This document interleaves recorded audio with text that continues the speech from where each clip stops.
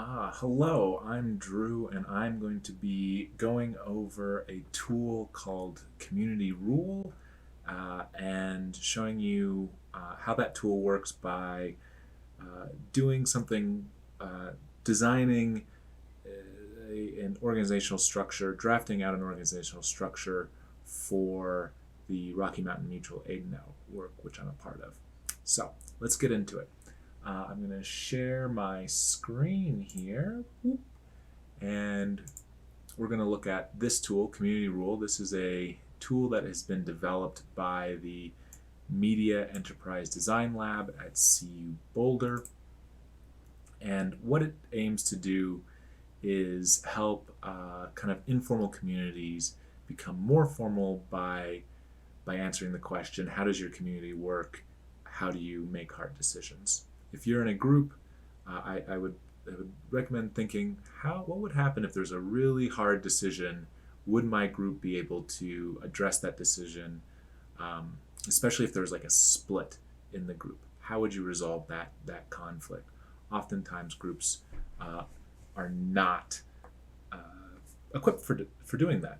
And right now I am part of a group called Rocky Mountain Mutual Aid Network, and this is a mutual aid network that I've been helping sort of set up over the past year, and we are currently doing a couple of things. Mainly we're collecting money and then directly giving it to people in need. This is in response to the COVID-19 pandemic.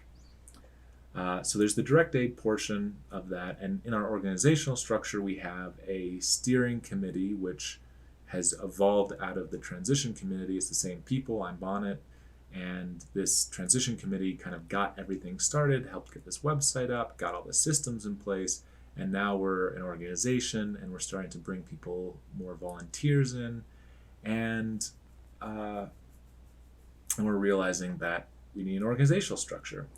And one other feature of this project is the Rocky Mountain Pod Project. So this is a group of people that's helping get small pods going of individuals and really focusing on the relational aspect of coming in. So this is a subgroup, so to speak, that is helping form pods that's building trust, and the idea is that it's helping retain people because there's a little more stickiness when you're sitting in a small group and focusing on the relationship between the people in that rather than just the work. So I can talk to you a little bit about some of the issues that we're facing. One is that we are having trouble onboarding people. We're bringing people in, but we don't exactly have a clear distinction of once you're in, is that because you've joined our Slack channel or because you filled out a certain form to volunteer? Where's the boundary? What boundary do you pass through to be in part of the group and thus have responsibilities and expectations? How can we determine who in the organization gets to make decisions or be even involved in decision making? So even if we had a decision making process, we're lacking a membership process. And this kind of ties into what all this gets towards is a tyranny of structurelessness. So we don't have a structure, even though we're moving money, we're achieving our goals. We don't have a clear structure. Without a clear structure, it's hard for people to enter in, and then once people are in, the tyranny of structurelessness sort of takes over. And I want to point out this wonderful essay by Joe Freeman called The Tyranny of Structurelessness. It's a must read if you are involved in activism or any kind of work that has kind of unstructured groups. Because often there's this idea that, oh, well, we don't need structure, we don't want hierarchy, we don't want bureaucracy, but hierarchy and bureaucracy are always forming within any kind of group. And so one section I want to point out here is this idea of elitism, and elites in a sort of neutral term, a non-conspiratorial term. It's just a small group of people who have power over a larger group. So in the case of RMMAN, Rocky Mountain Mutual Aid Network, there is the steering committee who has much more power over how the group functions and what it does. I have a lot of power because I run and built the website and have just more information about how the website works and more control over what goes on the website. And that's an immense amount of power that is currently unregulated. No one elected me, and I'm not being held accountable to that. I also have other powers in terms of setting up certain systems, and other people in the group, especially in the steering committee, formerly the transition committee, have all this power.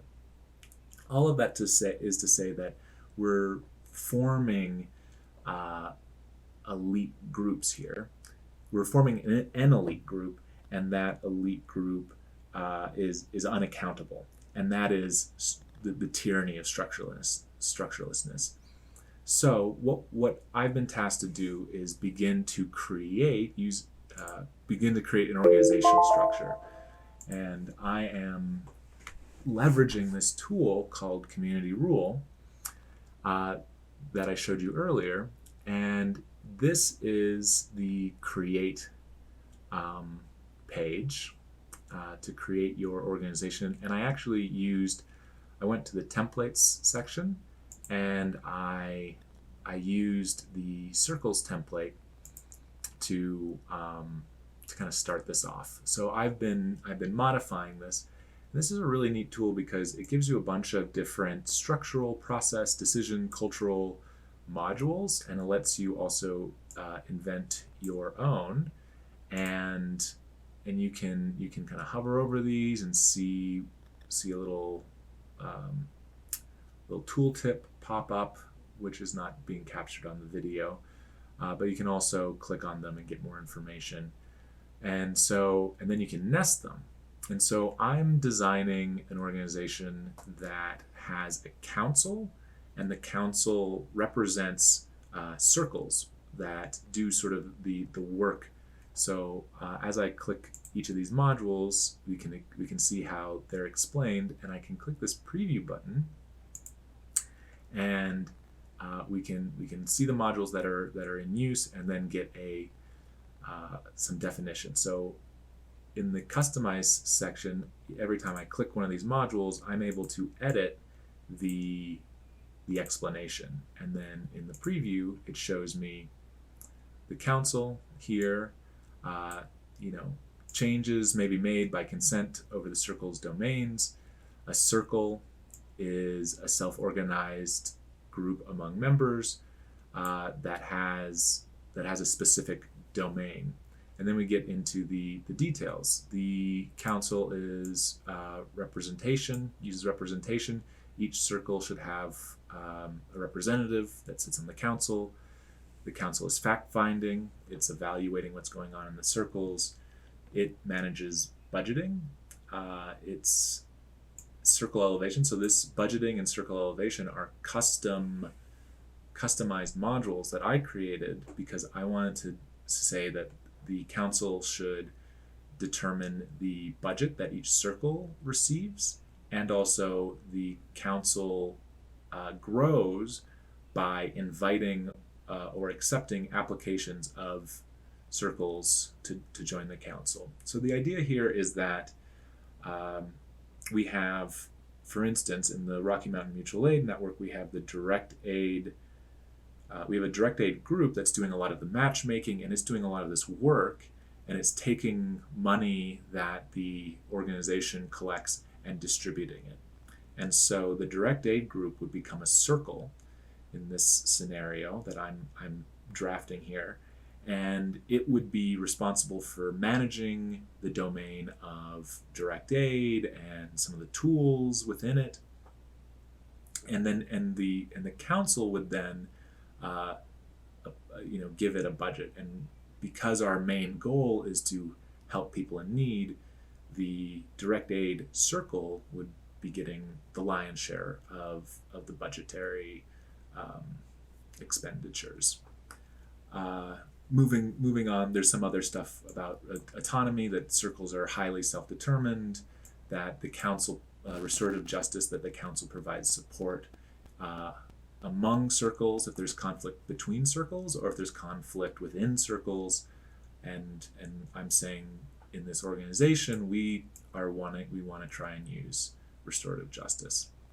There's a lot of other stuff. I won't go into all of it, but I think the interesting part here about this tool is that what this basically does is it creates kind of like the constitution of the organization, and it's a great starting point. So the process that I'm using right now in designing the organization is I'm inviting a number of people to come to Community Rule, create their own version of this, and then we look at the different versions and see how we can combine them.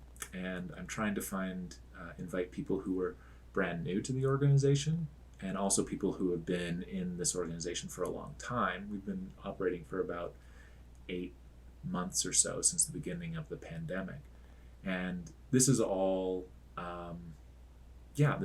part of determining how people see the organization structure. And the reason I want to get new people and older people is because the older people have this embedded knowledge that gives them power over how they know who to talk to, they know how things work. And then by having new people come in and do this, we can also see what systems are transparent. Like if a new person comes in and understands how they change the website, then or how a decision gets made within a certain domain, that's a good thing. We're like, oh, that's working well. And if a new person comes in and has no idea how decisions gets made, we understand then that we need to start to define that. And the whole